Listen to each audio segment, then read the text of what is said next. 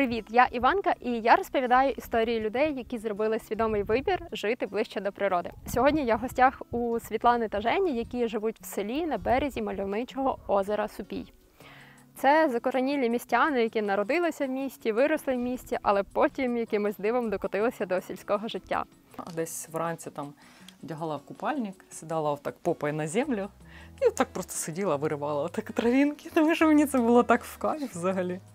Зазвичай у відео в мене виходить фокус наприклад, на реновації будиночка або на фермі, кози, вівці. Цього разу у нас буде більше мова про птахів, оскільки коли вони сюди переїхали, Женя почав помічати, що це озеро містить дуже цікаву екосистему, тут багато прилітає різних птахів, почав помічати ці природні явища і глибше їх досліджувати. Мені пощастило з сусідами дуже. Дядь Саша, він вирощує різні класні штуки, нетипові для місцевості, наприклад, там арахіс вирощує на городі. Або оцю штуку. Дядь Саш, як вона ще раз називається? Бамі. Якась дивна історія, вона виглядає такими перчиками, і в неї дуже гарні квіти. І на ній я вчора побачив якусь нетипову комаху, яку раніше не помічав, і не встиг її сфотографувати, щоб визначити, хто це. Позаду мене ви можете бачити два будиночки. Це дім Жені та Світлани і будиночок волонтера, в який ми сходимо на румтур, а також розкажемо, як він будувався фактично із хліва. Не забудьте підписатись на канал, поставте вподобайку. Якщо не сподобається, потім можете її забрати. А ще було б дуже цікаво почитати, де і як ви дивитесь це відео, тому напишіть, будь ласка, в коментарі. Розкажіть мені, як ви докотилися до такого життя. Я буду відповідати в контексті твоїх досліджень, людей, які докачуються до подібного життя. Я є користувачем твого контенту, в цілому розумію, що ти знімаєш, про що розповідаєш. Дуже класно, дякую тобі, що завітала до нас. Хочу сказати, що здебільшого до епізоду з нами я бачив висвітлений контент іншого регіону України, який інший географічно, інакший. Україна, вона велика, дуже прикольна в кожному регіоні. Наш формат, він простіший в сенсі рівнинності території, близькості до мегаполісу, до найбільшого міста в Україні. І в цілому у нас, напевно, немає в цьому зусиль або подвигу. У нас навпаки скоріше егоїстичні, теми знайти тишу недалеко від великого міста. І це фактично 100 кілометрів від Києва. І це така найближча точка, де немає світлового забруднення, тобто зоряне небо вночі, і шумового забруднення. І тому ми тут, ми в пошуках тиші. Поки Жека розповідав, я думаю, як же я докотилася? Я докотилася, тому що Жека докотився. Якби не він, я би тут не жила, це 100%. Я би не докотилась до такого життя. Ми фактично купували собі дачу, а не будинок, в якому ми будемо постійно жити. Це 2019 рік, події, коли ще не почалося повномасштабне і не було карантину. В нас був такий запит, фактично він такий від мрії мого дитинства мати будинок біля озера. Ми нагенерували певну суму грошей і погнали дивитись по OLX, де на якій відстані від Києва можна купити за ці гроші будинок біля озера. 3 параметри, я тобі розповідав. Асфальтна дорога до будинку, вихід до води, і будинок мав бути в такому стані, в якому можна жити до створення будівництва нового будинку. В цей будинок вийшов фінал нашого конкурсу. В фіналі було дві будівлі. Друга знаходиться в селі Буки, де Буцький каньйон на річці Тікич, гірський Тікич. Там також класно виходить до достатньо швидкої води, там каньйон гарний. Але будинок був занадто старий, такий вже супер розвалений, і не було, напевно, і ресурсу, і часу щось відразу починати робити. А тут так якось вийшло, що ми з літа 19-го тут, і потім череда подій, про які ми вже зараз розуміємо, в цілому нам і не лишило вибору. Не можна сказати, що ми там вагались, тому що карантин, нічого не зрозуміло, все зачинено, давай валіть з великого міста десь, де потихіше. І ми вже тут, вже провели інтернет, вже працюємо тут. Потім повномасштабка, прилітає, тут тфу-тфу-тфу, навколо спокійно, і також вибір очевидний, де сидіти, чи ризикувати, чи тут вон кайф, диви, босі ми сидимо і взагалі не паримось. Тому якось так. А можна я розкажу ще? Жека розказував, що ми їздили, ми шукали. Він їздив і шукав. Це була його мрія. Я просто за ним болталась. Ми приїжджаємо, він Світуська, диви, як класно. Угу, да, класно. У мене не було такої реакції, як у нього, у мене не було цього бажання. І це просто... Я просто слідувала, я йшла за ним, і я не відчувала цього, що це буде наше житло, що я тут буду кайфувати або жити, або захочу взагалі сюди приїжджати. У мене взагалі цього не було. Він шукав, він хотів, а я просто... Іноді я взагалі не хотіла їхати. Іноді йому треба було їхати сюди, а я... Ні. А був в тебе якийсь переломний момент, коли ти відчула інакше? Переломний момент тільки під час карантину, коли ми тут пожили 3 місяці. І я зрозуміла, наскільки це кайф, коли Жека такий, все, треба повертатись на роботу, вже офіс виходить в роботу, а я то сама на себе працюю, я могла тут тусити. А я кажу, я не хочу вже їхати, я тут травку сію. Я собі тут полянки сіяла, травку, якусь там квіти, тюльпанчики вже замовляла. Все, у мене тут процес пішов. Я зрозуміла, що взагалі я землю люблю. І мені оце руками щось ковирятися там в землі або щось таке сіяти, оце моя тема. Але просто через те, що я була постійно в роботі, я це забула, я цього не відчувала і мене як повернуло. Оце був саме переломний момент цей. Будували цю штуку, ми називаємо її Порт Супій, бо виходимо байдарками звідси на воду. І між цією буквою Г треба було вирізати очерет для того, щоб зручно було приставати човнами. І ми помітили, що тут живе зграя андатор, і вирішили не вирізати, дати їм можливість дожити. Цієї весни я помітив, що вони знову тут і також поки не вирізав. Нам вистачає місця фактично заходити звідси, а ця частина тут жили андатори, і ми намагаємося не втручатися в їх життя. Важко, етично спостерігати за природою. Хочеться щось зробити для себе комфортного, але ми розуміємо, що тут ми впливаємо на родину андатори, такі андатори. Будь ласка, це ваше. Майже кожного ранку Женя виходить до озера, фотографує жучків, птахів та за співом фіксує їх в спеціальному додатку, назву якого я залишу в описі під відео. Це виглядає як ідеальне життя після вигорання. Ні, класно б до вигорання вірватися і якось контрольнути. Мушу визнати, що Женя абсолютно правий і не варто доводити до такого стану. Завжди кажу, що якщо все задовбало, хочеться переїхати в село і випасати овечок, можливо, просто треба добре відпочити, а ще краще пропрацювати з психологом свій стан. Бо втеча від проблеми не вирішує саму проблему. Та й зрештою психолог її теж сам по собі не вирішує, але поєднавши зусилля, можна досягти класного результату. Важливо бути чесним з терапевтом, дослухатися та виконувати рекомендації. Звісно, це все можливо лише з людиною, з якою вам абсолютно комфортно. І зараз я хочу порекомендувати платформу Mindly. Завдяки тестуванню, яке ви проходите на початку, дуже великий шанс знайти свою людину з першого разу і не витрачати зусилля даремно. Тим паче Mindly – це топ-додаток з підбору психологів онлайн в чарті App Store.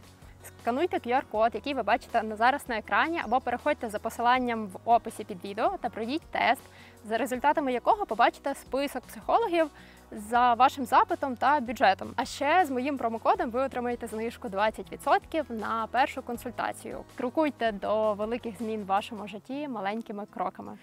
Цікаво, чи буде в мене знижка за моїм промокодом?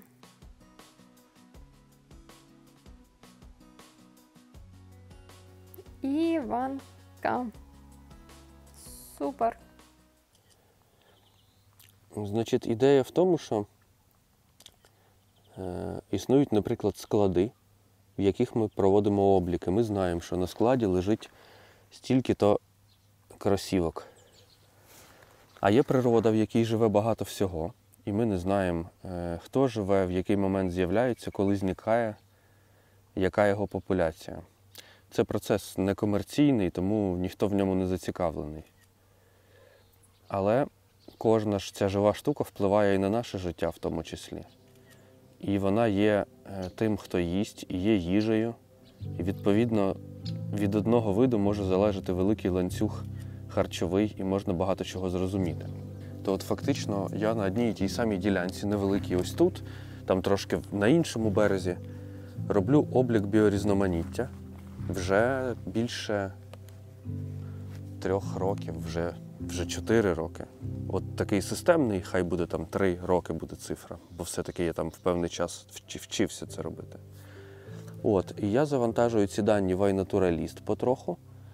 Вони лягають на велику світову мапу, і науковці можуть бачити, які тут є види, в які сезони я їх фіксую, і що це може означати, робити певні висновки.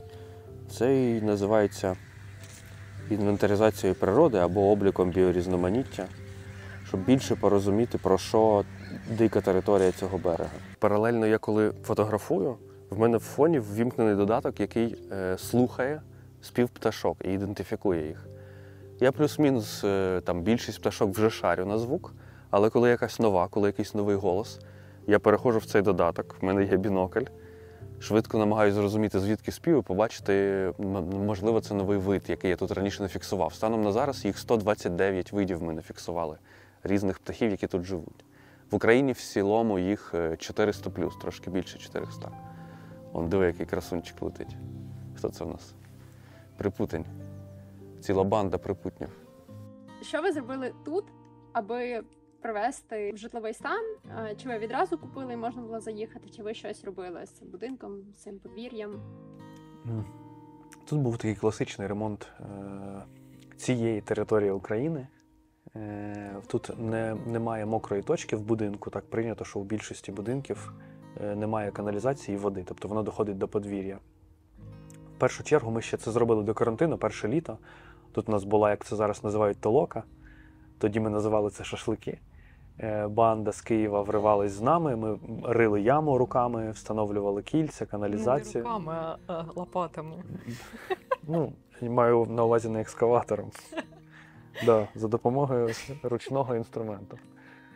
От, встановили каналізацію, провели воду. Вода тут недалеко вже була, навіть заведена на крильце будинку. Та й таке, це були перші кроки. Ну і, звісно, там бойлер, гаряча вода. Тобто тут не було душу і туалету. Туалет був старенький, і він вже був там, знаєш, повінця заповнений, там вже було не варіант. Тому це такі перші об'єкти, які ми збудували, щоб було вже комфортно. Я, в принципі, дуже люблю таку роботу, але я виросла в місті і не тягнуло мене так, щоб жити в селі. Але я не боялася такої роботи. Ну, тобто мені головне, щоб мене не заставляли. Як в дитинстві було, заганяли на городи, там треба було їхати, обов'язково допомагати. А зараз я, якщо ти бачила, як в мене помідори ростуть, да, в бур'янах, типу, я їх садила, в мене там 400 кущиків, це я так кайфанула, що посіла 400 кущиків розсади. От. І я її садила так, щоб не напрягатися. Я так виходила вранці з собачкою гуляти, тикнула 4 помідорчики і пішла далі. Ну, взагалі, це щоб кайфануть уже по повній. Тому якийсь побут, я не знаю, що може таке напрягати. Єдине, що мені ще досі некомфортно, це кухня, бо її ще не зробили повністю так, як би я хотіла. А так, в принципі, звикаєш до всього. Так, як я любила комфорт до цього, то коли я тут вже живу 2 роки, то це вже, звісно, щось значить. Тому немає в мене особливих таких якихось проблем з сільськими роботами. Дуже люблю працювати в землі, це моя сила. Я і до цього любила. Квітів завжди багато було в квартирах. А розкажи, де ти працювала на той час, де ти працювала потім, чим займаєшся зараз? 12 років я була майстром манікюра, працювала сама на себе. Це був мій кайф взагалі. Я дуже любила спілкування з дівчатами, жінок дуже люблю. Це історії, це постійні якісь... цікаво. Це взагалі історії життя мене дуже завжди цікавили. І це мене дуже затягувало. Я могла працювати з самого рання до самої ночі. Це не було для мене проблемою. І от тільки в минулому вересні я закінчила цю кар'єру, так можна сказати. Я перестала цим займатися, і зараз я в'яжу і займаюся цим тут постійно, і зараз це моє заняття. Да, я з 14 років займався логістикою перевезення вантажів фурами Україна за кордон. Велика команда, великі міжнародні замовники, вони такі лідери там в своїх галузях. Багато чого у них навчився з точки зору етичності ведення бізнесу, взагалі сучасних інструментів. Це така класна школа була. Це дуже тяжка робота, бо вона фактично вимагає уваги там без вихідних і цілодобово. І саме це там дозволило там закумулювати якісь там гроші на придбання будинку. І там на той момент нам вдалося там трошки світом поподорожувати, подивитися інші країни, зрозуміти, наскільки Україна крута в порівнянні з цими країнами. І потім почалася повномасштабка. І ці клієнти, які були основними в бізнесі, в якому я працював, вони не вийшли з ринку Московії. Ну і це такий вже був маркер для того, що окей. Я вже до того приглядався, тому що ця робота, вона достатньо виснажує емоційно, вона складна, комунікувати. Плюс це був менеджмент, я займав позицію лідера в команді. Відповідно, до мене приходили з запитами проблемними. Завжди порівнюю, що ніхто не приходить до керівника і каже: слухай, у нас так все класно виходить, от зараз ідеальні результати, дякую. Зазвичай це якісь проблеми такого рівня, якого вже цей менеджер не може вирішити, тому фактично це робота з проблемами, з якимись складними задачами. Ну і все. І вже на той момент, коли я пішов з цього бізнесу, це був не мій власний бізнес, я працював в наймі. Вже тут була структура, вже існувало явище «Центр вивчення і збереження», йому вже було 2 роки. Вже були там дослідження, вже були перші книги, тобто вже був зрозумілий шлях. Плюс є там власна земля, є певні обмеження із-за повномасштабного вторгнення, і тупо зрозуміло, чим займатися далі. От ми зараз в цьому місці. Навіть в мене, в людини, яка звикла до різних нешаблонних форматів життя і роботи, виникало купа питань, як взагалі монетизувати фотографування жучків і слухання пташок. Перший прикол в тому, що мені комфортно грати в гру, придумувати правила. Тобто такої моделі поки не існує, мені нема в кого вкрасти, скопіювати щось. Другий момент в світі природоохорони, природоспостереження. Там все погано з монетизацією. Реально ніхто поки не придумав, як це працює. Там основні моделі – це залучення туристу, яким чином можна монетизувати. Тому я намагаюся через різні моделі, трошки через мерч, трошки через Patreon, трошки через цікавість розповіді залучати людей до співдосліджень. Станом на сьогодні цей двіж, він самоокуповується на 80%, я таку цифру називаю. Важливо сказати, я розумію вартість себе на ринку праці сьогодні, вона там є якоюсь. От я в цю цифру не враховую те, що я б міг би в цей час десь працювати і десь генерувати кошти. Це просто про процес, який там витрати плюс переходи. Перескочу на один крок до переїзду. Я знаю, у вас в Києві була кав'ярня. І розкажіть трішки про цей період життя. Я дівчинка, яка дуже звикла до комфорту. Я організовувала собі все так, щоб мені було дуже все комфортно.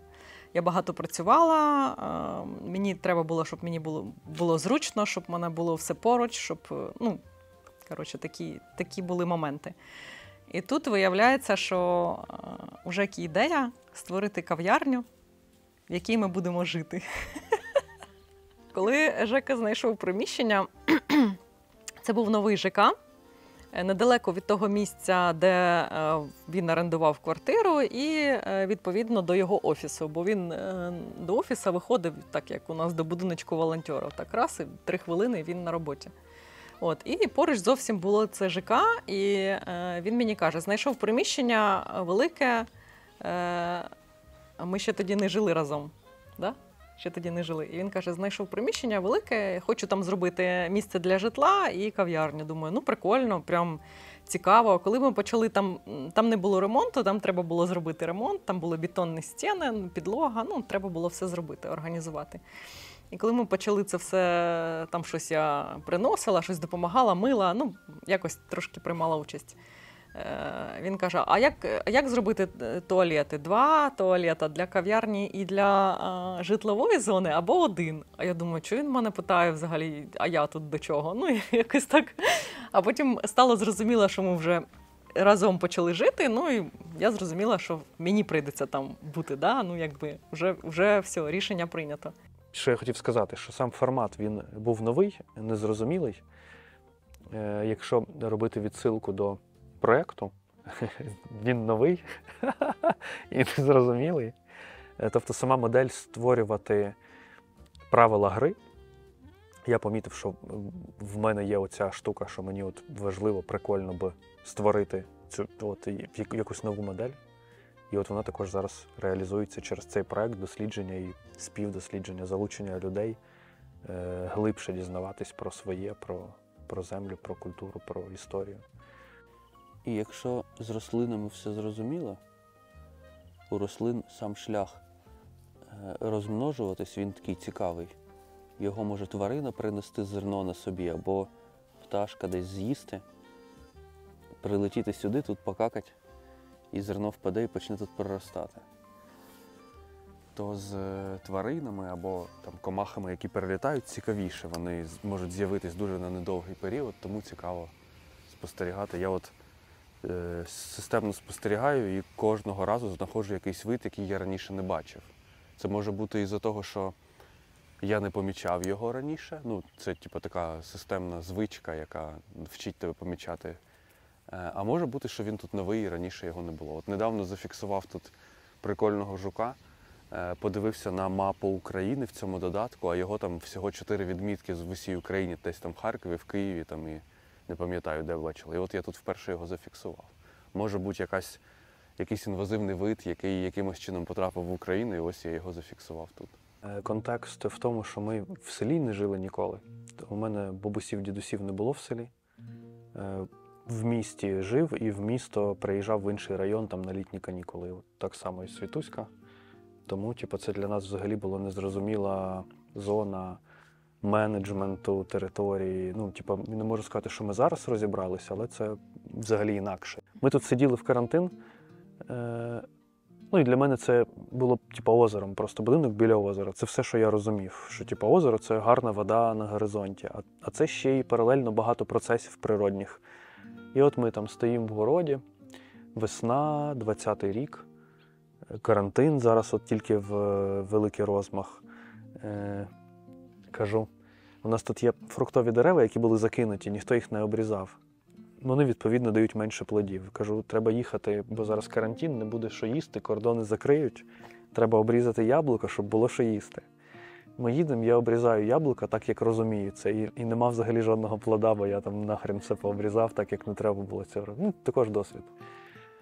От, і тут на озеро сідає дуже велика кількість лебедів-шипунів. Там 100 особин. Я фактично не рахував, але я плутаюсь. Ну, прям повне небо величезних птахів. Вони великі, у них по 2 метри розмах крили, от вони бандою. Я такий, ніфіо. Я стою і бачу, що місцеві всі працюють, і для них це звичайна справа, вони не звертають на це увагу. Я такий, ну, нічого собі. І це, якщо фактично відповідати на питання, як, то от це була ця точка, коли я це побачив, такий, так, окей, раз вони тут є, значить є для них умови, починаю влаштовувати у себе там ланцюг зв'язків. Ну і все, і потім вже починаються зйомки дроном місцевості. Фізично я знайшов плавучі острови, зрозумів, як це працює, тому що про це ніхто не говорив. Зараз вони вже більш-менш є в інфополі українському. А так це не було відомим об'єктом. Ніхто не досліджував це так. І от якось так, напевно, це і народилось. Від яскравого природного явища птахів.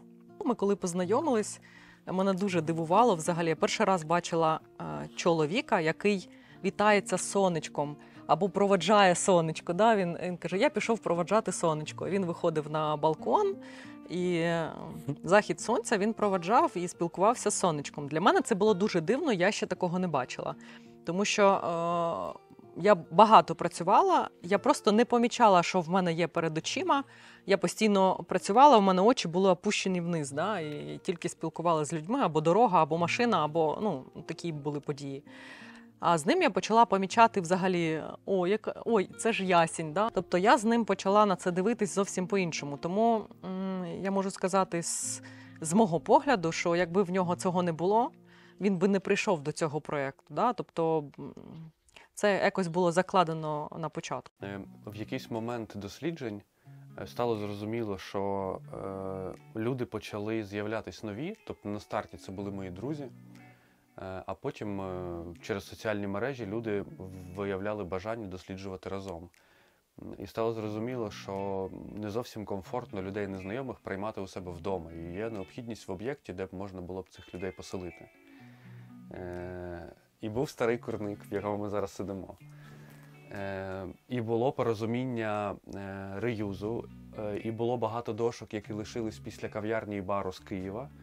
І ці всі штуки я з'єднав в одне і почав роботу над відновленням цієї будівлі. Тобто у неї було план або її знести, але я проаналізував тут класні цегляні стіни. Джентльмен, який будував, дід Василь місцевий, він, на жаль, помер, я з ним не знайомий, але він збудував так класно, що от воно в довгій перспективі нічого не потріскалось і стояло, було достатньо надійним. Сьогодні ми маємо 40 квадратів на першому поверсі, зверху мансарда, де два блока по 4 спальних місця, де я можу приймати до 8 дослідників, волонтерів одночасно. І взимку також, тому що штука опалюється, зараз там доробимо тубзіч душ і взагалі буде прям лухарі. Розумієш, да? Проблема в тому, що всі ми дивились фільми про природу, National Geographic, дослідження, але якихось класних умов на сьогодні в Україні не склалося. Є класні національні парки, які топлять за це, але в них програми там достатньо обмежені, достатньо складна комунікація. І от я якраз хочу створити модель, в якій я запрошую людину, яка просто нічого не знає, просто без освіти, але їй цікаво. Це в світі називається Citizen Science, громадянська наука, коли людина без освіти намагається розібратись в чомусь, як я це роблю зараз. І історія цього напрямку стверджує, що в більшості людина нічого не вивчить, але існує там якихось пару відсотків, коли відбувається еволюційний прорив, коли людина не зашорена знаннями універів, формулами, вона придумує щось нове, і це потім дає поштовх для розвитку науки. Тому от в якийсь момент часу в цьому місці якраз відбудеться поштовх, зафіксуй, потім повернемося і зацінимо цей відос.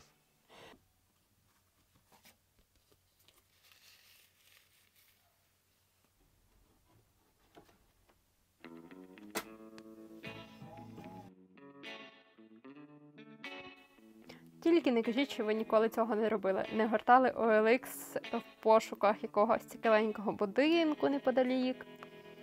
А якщо справді не робили, то я не знаю, як ви потрапили на цей канал, але показую. Відкриваєте застосунок OLX, переходите в категорії нерухомості та продажу будинків. Тут є різні фільтри, наприклад, я зазвичай ставлю місце знаходження, містечко, біля якого я дивлюсь, та радіус навколо нього. В оголошеннях є багато різних фото, описи, контакти. Зазвичай я рекомендую, якщо знаходите щось цікавеньке, їхати, дивитися і розпитувати місцевих. Саме так був придбаний цей будинок. По оголошенню OLX Женя поїхав в одне село, там познайомився з сусідкою, запитав її. І вона запропонувала також цю ділянку, яку вони буквально через тиждень вирішили купувати.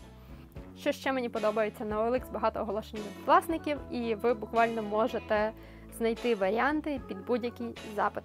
Але обережно, це хобі має побічні дії, потім ви випадково можете докотитися до життя в селі.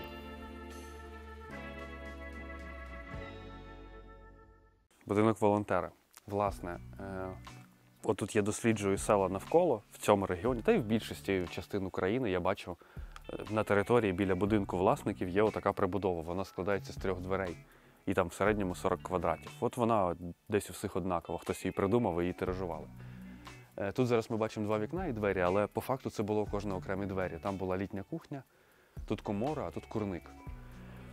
Ми знесли всередині всі стіни і перекриття верхнє, і тепер в нас це один простір зсередини, зараз побачимо. Що немало важливо, я постійно підбирав матеріали, які я можу задіяти. І от, що ви знаєте про яготин? Скоріш за все, тільки яготинське молоко. От я звернувся до виробництва яготинське молоко, вони мені дали піддони. Оце на стінах дошки з розібраних піддонів яготинського молока. Фактично, прикол в тому, що піддони харчової продукції оброблюються від жучків, тобто вони ще в мене оброблені таким чином, щоб довше проживуть. А всередині ми лишили простір для того, щоб бджоли могли туди заселитися. Це називається готель для комах. І потім запилити мою яблуньку і всі в виграші. Побачимо, як це спрацює, поки в мене нема підтверджень, що моя теорія підтвердилась. Ідея в тому, що мені хочеться максимально довго лишатися, не стати готелем. Тому що шлях готелю, він зрозумілий всім як монетизація. А моя двіжуха дослідження, вона поки складно монетизується, так? Я досліджую, як це можна зробити. І я б хотів би максимально довго зберегти цей простір, щоб він не став готелем, щоб тут приїжджали дослідники і ми разом щось вивчали. От це така надбільша місія – зацікавити людей це робити. Ми створюємо бібліотеку. В цьому році в нас планується збудувати окреме приміщення для цього. В нас є книги україномовні на 4 теми: природа, культура, архітектура, історія. І от це буде окреме приміщення, бібліотека, яка стане також і мистецькою резиденцією, куди може заїхати людина, закритись там, досліджувати щось в книгах. Велика кількість книг тут не відсканована, її не можна знайти в інтернеті, вони в малих тиражах, тому є цікава інформація. Дай Бог, щоб це вийшло і всім було комфортно. Також у нас є полиці з нашими книгами, які ми тут зробили. Їх поки невелика кількість, от зараз 5 вже яких видані. І ми зараз друкуємо перший екземпляр книги, великої книги про птахів, найскладнішої нашої роботи. Там 600 сторінок про 129 вже видів птахів. Можливо б, якщо ми сьогодні вранці з тобою зафіксили ще вид, то він би також війшов в книгу, поки є час це змінити. Ти про печку питала, я тобі розкажу. Коротше, минулий Новий рік. Всередині вже все готово, але немає як опалювати це приміщення. А згідно плану, тут має бути величезна пічка, там, яка має контур води, яка має поверхні для того, щоб ставити чайник. Але бюджету на цю пічку немає. Але є бюджет на цю маленьку пічку. І коли я її встановив, там вона невеликих грошей коштує, я зрозумів, що тепла недостатньо і мені треба якийсь теплоносій. І отут історія про реюз, про перевикористання матеріалів. Тут на території будували дамби на супої, і їх будували каміннями. Відповідно, в кожному дворі якимось дивом це каміння опинилось, знаєш, як Радянський Союз. І я подумав, що будь-яка штука, яка має масу, вона є теплоносієм, особливо каміння, тому я просто обклав пічку каміннями, і фактично, коли вогонь догорає, це каміння тримає ще годин 8 тепло в собі, і є теплоносієм, і фактично вирішує проблему з теплом. От такий прикол. Коли я створював цю штуку, в мене вже був бекграунд наявності бару і готелю. І я розумів, що зональність має нести якусь логіку. Бару і готелю чи кав'ярня? Вибач, да. Кав'ярня і бар, який ми не запустили. Стало зрозуміло, що кожна територія має свої зони, і це має свою логіку. Важливо, щоб вони були, щоб всім було комфортно, хто знаходиться всередині. Тому тут є спільний простір, цей куточок, в який займають люди під час активності. Територія має невелику квадратуру, щоб її простіше було обігріти, щоб менше ресурсу на це йшло. В верхній частині тільки спальні місця, і там нічого більше немає. Позаду тебе розташований там санвузол, невеличка кухня, тому що це все-таки там не є рестораном, а це місце, де ти маєш можливість швидко собі там щось нагріти і приготувати. От, меблі всі, які тут є, вони також перекочували. Ми скуповували їх тоді в Києві на OLX вживані для кав'ярні. І ось вони тепер переїхали сюди. Також наші побутова техніка лишилася. Коротше, ми приїхали сюди заряджені, знаєш, лишилось тільки там це все зібрати докупи. Є дерево, є техніка, є меблі, і типу, лишилось тільки це все зібрати докупи, і от є такий результат прикольний. Тема реюзу, повторного використання речей. В цьому будинку була ця шафа, вона достатньо популярна модель в Радянському Союзі, їх було невеликий модельний ряд. От, і вона мала сторонній запах всередині, такої плісняви. Був варіант її викинути і купити в Юскі за 1000 гривень з доставкою меблі, які можна зібрати і поставити сюди. Але ми пішли складним шляхом. Нам пощастило що на нашому шляху потрапила Оля, майстриня, яка займається відновленням старих речей. Взагалі це популярна історія в світі. Це на нашому етапі еволюції в Україні ми прийшли до того, що ми там викидаємо і купуємо нове. Але в світі бережуть, і це достатньо нескладно. От у Олі є навик реставрування, вона відновила, пофарбувала, відновила запахи всередині. І тепер у нас є величезна шафа, в яку вміщається там, вона ще товста, в кадрі не видно, але якимось дивом там зараз всі шафи роблять тоншими, ніж ця. І в неї влазить якраз там верхній одяг 8 людей, які тут максимально будуть вміщатись. І горді тим, що ми, не приїхавши сюди, не створили нове сміття, вивезли кудись його на місцевий смітник, а от відновили, і воно ще от так от класно виглядає. Дуже круто. Місцеві вже плюс-мінус знають про двіж, що він пов'язаний з тваринами. Якщо щось трапляється з тваринами, з пташками, вони дають зворотній зв'язок. Значить, зима, дзвонить мені сусід пізно ввечері, каже: Женя, тут знайшли пташку, вона травмована, треба щось У робити. неї ножки поломані, вона не може йти. Не може ходити, зламані ноги. Іду туди, дивлюсь, пташка, яку я ніколи не бачив, зв'язуюсь з орнітологами, знімаю відео. Вони кажуть, це гагара. У гагари є особливість, вона народжується в воді, сідає на воду, злітає з води і ніколи не ходить по суші. І в неї лапи так сформовані, тільки щоб в сторону відштовхуватися від води. Так в різні сторони. Да, але в мене не було таких знань, і у людей не було. І вони, коли її садять на землю, а вона рагуль, коротше, знаєш, боком іде. І вони такі, треба лічити, і вже там мотають, знаєш, її там палички до лапок. От, слава Богу, що є, це в мене є контакт, я за будь-якими справами дзвоню, Ганна Кузьов, вона прям суперексперт по птахам. Що робити? І вона каже, це гагара, просто посади її на воду і все спрацює. І ми її відпускаємо вранці, вона грибе собі. Розкажи, як ви її відпускали? Всі зібралися, вся сім'я. Сонячний день, холодний такий, осінь, тут пара. Гагара тут не живе, вони на прольоті, вони якраз пізною осінню, коли вже мігрують, пролітають через цю землю. Тут над Супоєм пролягає повітряний пташиний маршрут, це так історично склалось. І вона впірнула, щось там половила рибку собі і все, і полетіла далі. Україна неймовірна і нам є за що боротись. Дякую кожному військовому та волонтеру, а ще моїм глядачам, які допомагають закривати збори. За попередні 2 місяці ми акумулювали 176 тисяч гривень. Наступні 30 секунд буде нарізка звітів. Повну версію можна подивитись в Інстаграм. Всім привіт! Нещодавно ми запартнерилися з Іванкою Дячук. За мною реп для 54-ї бригади. У нас 26 липня і ми Ламберг-волонтери відправляємо 56-й автомобіль. Іванко і твоїм глядачам дякуємо. Відправляємо 201-му бату і працюємо далі. Друзі, дякую, що допомагаєте мені закривати збори, які ми робимо спільно з Ламберг-волонтерами. В описі під цим відео буде традиційно новий збір. Є PayPal, є різні рахунки фонду, і якщо ви хочете взяти участь в розіграшах, які ми регулярно проводимо, то підписуйтесь на мій інстаграм, там є всі деталі. Жень, а розкажи ще, чим ти зараз займаєшся, про волонтерство Ukrainer, про національні парки? Це все докупи. Так сталося, що Ukrainer – це є проєкт, який я колись його побачив давно. І він був таким моїм орієнтиром. Я дізнався, що так... Я думав так, як чуваки з Ukrainer, але це просто була якась думка не сформована. А тут я дивлюсь, є проєкт, який робить то, про що я думаю. Я такий, круто як. Відразу подав заявку на волонтерство, а там є всередині структури, всі тягнуть прикол, що ті, хто подає з сайту заявку, її ніхто ніколи не підтверджує, бо нема людини, хто їх читає. Це просто така лажа. А люди заходять через якимось інакшим шляхом. Я потім ще раз подав заявку і ще раз, і воно не працювало нічого.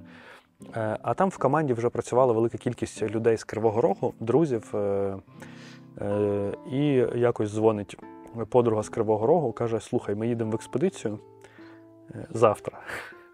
Щось там на 7 днів в Кропивницький, маєш можливість?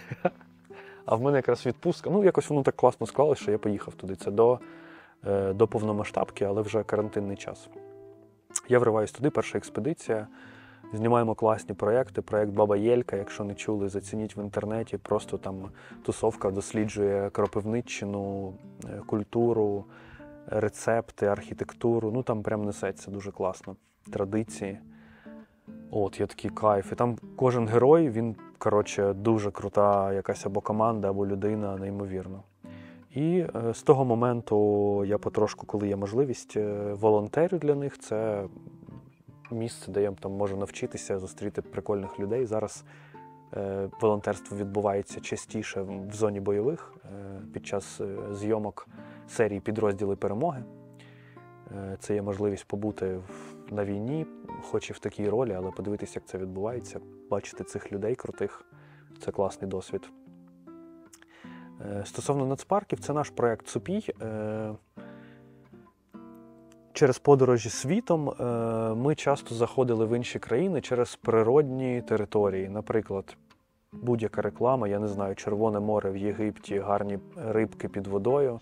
Це не є надбанням Єгипту як країни, це природні явища.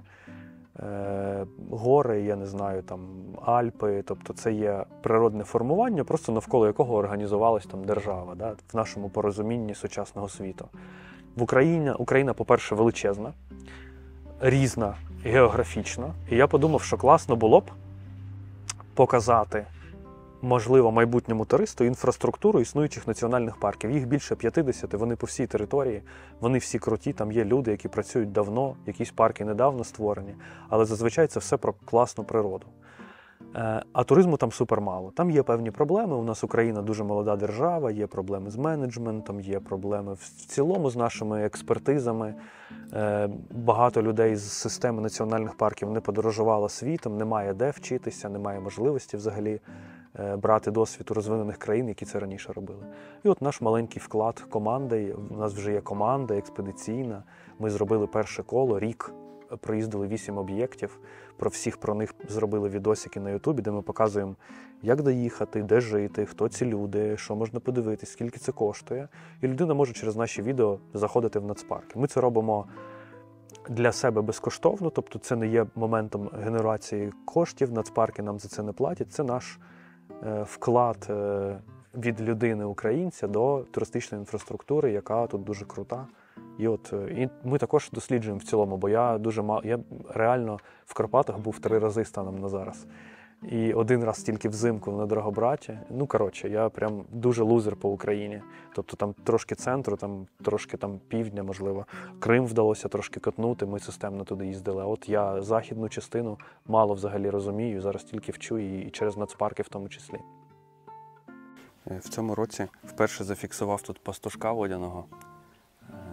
Побачив його, зафіксував його звук, і от тільки що ще раз було підтвердження голосу. Тобто є явища тимчасові, коли пташка пролітає повз, і в тебе є там півдня її зафіксувати. А є момент, коли вона сидить тут системно, значить, скоріш за все, вона тут десь або гніздо лишила, або з родиною зависає. Це класний факт.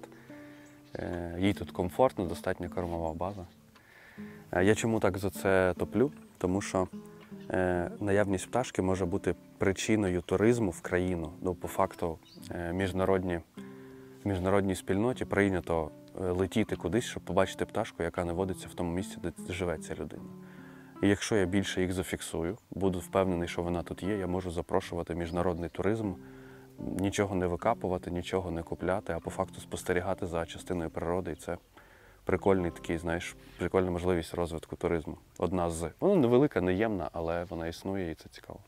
Про природу і загалом місцеві традиції, наприклад, спалювання трави. Як тут з цим? Отак, класно. Палять неймовірно, я тобі кажу.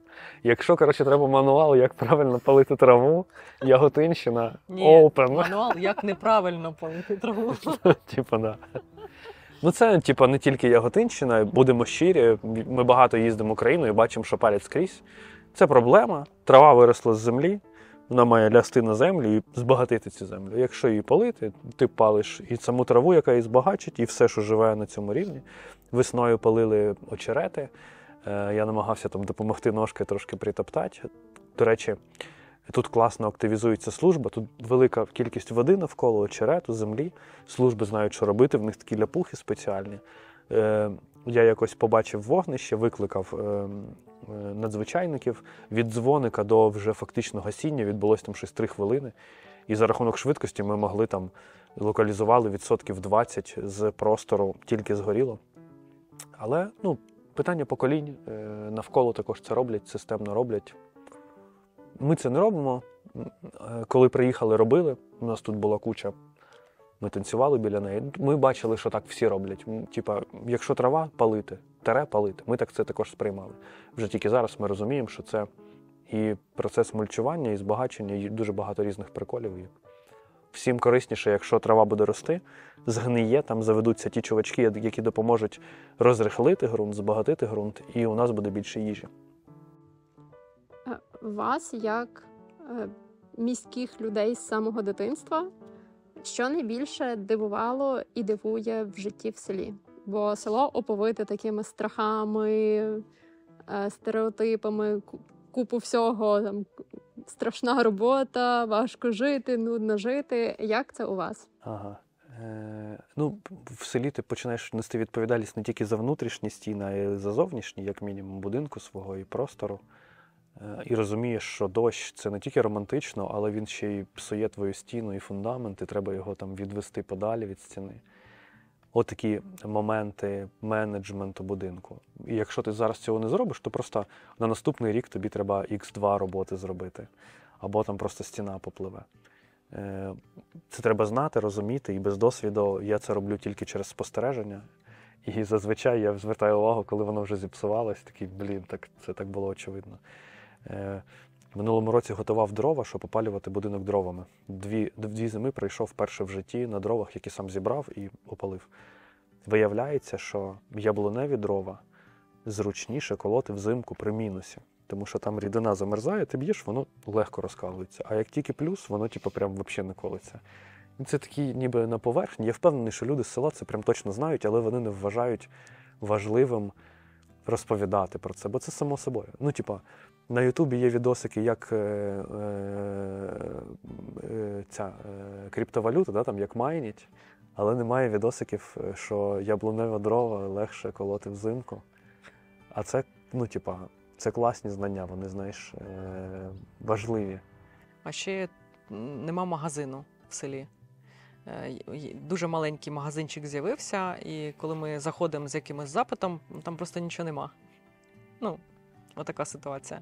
Але це взагалі для нас, для мене особисто це зараз взагалі не є проблемою.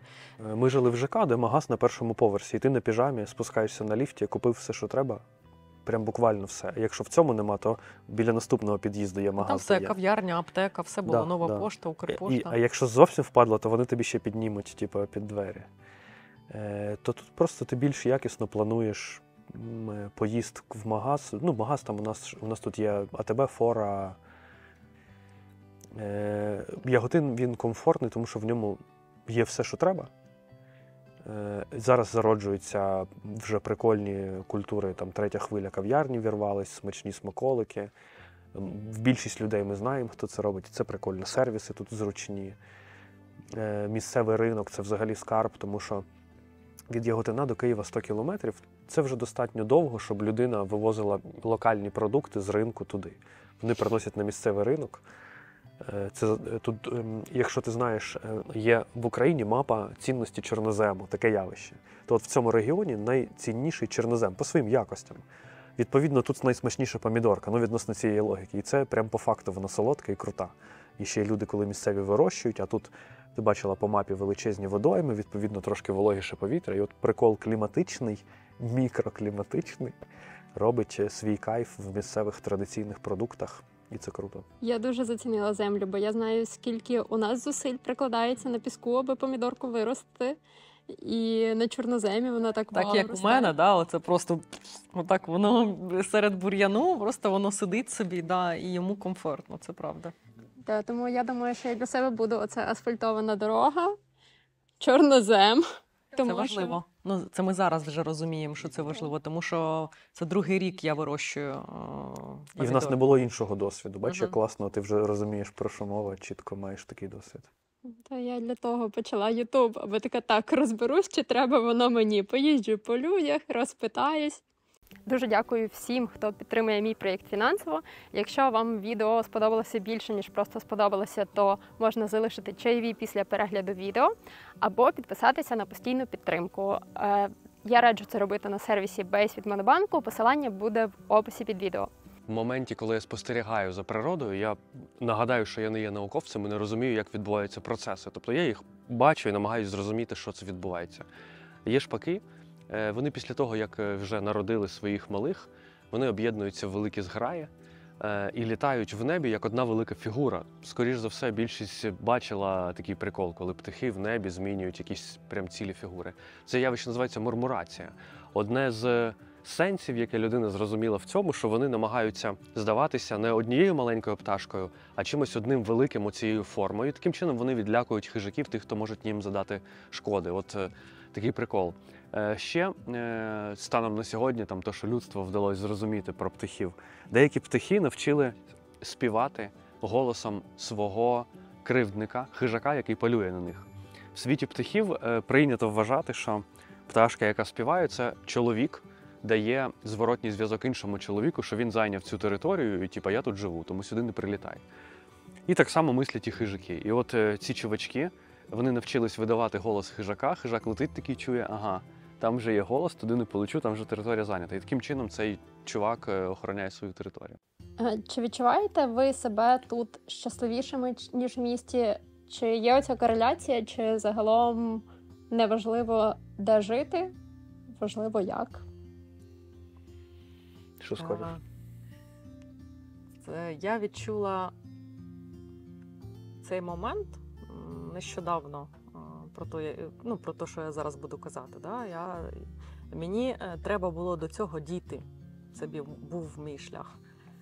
Коли ми тільки почали тут жити вже повноцінно, мені було некомфортно, мені щось не подобалось, мені було незручно, мені кухня не така, мені багато було моментів, Жека багато вислуховував. Але коли я закінчила... Я не запам'ятав. І це хорошо. Може, ти не вслух казала? Може. Коли я закінчила їздити в Київ, я зупинилася, тоді я змогла почути себе, насправді. Тому що я постійно була в такому русі, в такої двіжухі, що просто я себе не чула. Мій внутрішній голос просто мовчав. А зараз це також робота над собою, така дуже серйозна, тому що зараз я розумію, що я завдяки роботі я просто втікала від якихось своїх думок. Да? Я не могла собі зізнатися в чомусь, і мені треба було просто багато працювати, або жити в великому місті, або я думала, що переїду в велике місто, буде мені щастя.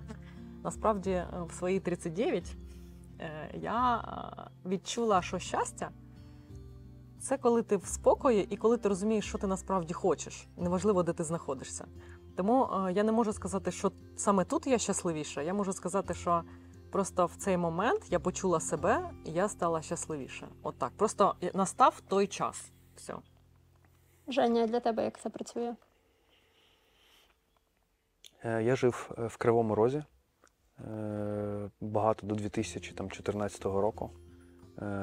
І часто ранок вихідного я сідав в тачку, їхав за місто до річки. Це вже була така модель поведінки, вже всі знали, вже вся команда друзів підтримувала мене, і ми там прямо зранку вривались кудись. Тобто очевидним було момент, що якщо біля якогось природнього об'єкту в лісі чи в річці, там комфортніше було. Ми там, я не знаю, палили вогнище, збирали палки. Різні моменти були. У нас не було, до речі, там рибальства або там полювання. Просто, сам факт набутись біля природи. Саме тому, тобто я ще з того моменту зрозумів, що цей стан класний, я його зафіксив у себе всередині і намагався його тиражувати у себе. Чим частіше я буду це повторювати, тим мені комфортніше. Та й таке, тому, тут, де природа і тиша, тут комфортніше мені особисто. Якщо питання було про якість, про комфорт, то, тут немає витрати енергії на якісь штуки, які передбачає місто. Тобі не треба з пункту А в пункт Б довго їхати в заторі, і витрачати на це енергію. Тобто тут все на місці, ти там енергію витрачаєш тільки на свої заплановані якісь речі. Відповідно, в тебе з'являється там або надлишок енергії, яку ти можеш ще якось інакше витратити, і це комфортно. Найбільша проблема була в комунікаціях тут, бо це достатньо віддалено від міста, і там тут всередині міста в нас поки немає оточення, в яке ми могли б швидко вірватися там, для комунікації. Але воно вже з'являється, вже є в нас в сусідніх селах друзі, в місті друзі, ми вже можемо. І в цілому трафік сюди достатньо вже там часто хто приїжджає з наших потусіть. І... Тусовка вривається до вас, Да. а не ви вриваєтесь в тусовку. Постійно, да, це просто... Да. Логістично зручно тут розташовано. Тут велика траса, в Україні небагато європейських трас, і ми якраз знаходимося на Харківській. З Києва тут можна класно придавити і дуже швидко доїхати, особливо якщо це там лівий берег, Харківська, Сакарки-Пазняки, то це прям година від дверей до дверей. Інколи з Києва з лівого на правий не встигнеш переїхати за годину, а можеш вже доїхати сюди. Ну, у нас недавно ніштяк був, значить, є віранда. Є віранда, це як додаток, є оселя, знаєш. І є місцева індокачка у сусідів. У нас там немає паркану, і вони приходять до нас. І нам по приколу, клас, качки, ми ходимо, фоткаємося з ними, знаєш, чуваки з міста. І от йде доросла качка, вона застрибує на віранду і йде далі. А за нею йдуть малі, які тільки народились. Такі. Да, і вони стрибати не можуть, і вони йдуть під віранду. Ну, так сталося, що я не планував, що туди хтось буде заходити, не збудував там якийсь захист. Ну і, коротше, мамка йде далі, а повертається, немає їх. Вона повертається туди і чує голос з-під низу. А там всередині отак. Я вже звернув Ходи. увагу, що є якась дивна її поведінка. Ну, тобто якась модель, що вона там ходить. Ми виходимо, дивлюсь, малі під веранди. Починаємо розбирати, достаємо їх в переноску для котика, вже переносимо туди. Зараз вже з сусідом збудували штуку для малих, щоб вони не проходили. Історія про цих качок.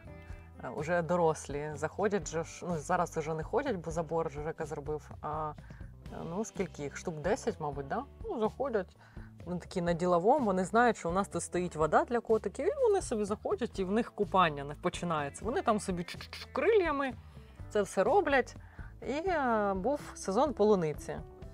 Я так цю полуницю вирощувала, я так за нею носилася, виходжу, вони її просто клюють полуницю саму, ну і витоптали все, що зелень, да? Я ж ругаюсь, на них все відганяю, ругаюсь, заходжу, а там в полуниці лежить 2 яєчка. Вони типу, ну, так як ми тут подавили, ось тобі. Ну, це було дуже незвично і прям неочікувано. Взагалі багато таких історій, які, ну як, про життя. Планів курочок завести ще нема? Ні, мені подруга все підкидає відео. Міні-подруга. Що? Міні-подруга така. Мені подруга. Мені. Типу ось вона. Тоді в неї телефон повинен бути ще менше. Да, Вона мені скидає відео козочок і каже: козочки, як мило, я клас, лайкаю, що це козочки. А вона каже, я намікаю, що я вам козочку хочу подарувати. Я обожнюю козі продукти, молоко, сири, все. Це я прям дуже люблю. А от завести, ні, я не готова. Це ми зараз не можемо виїхати вдвох кудись, тому що у нас собака, 3 котика і ще 2 вуличних котика. Це вже складність залишати. Коротше, рік-2.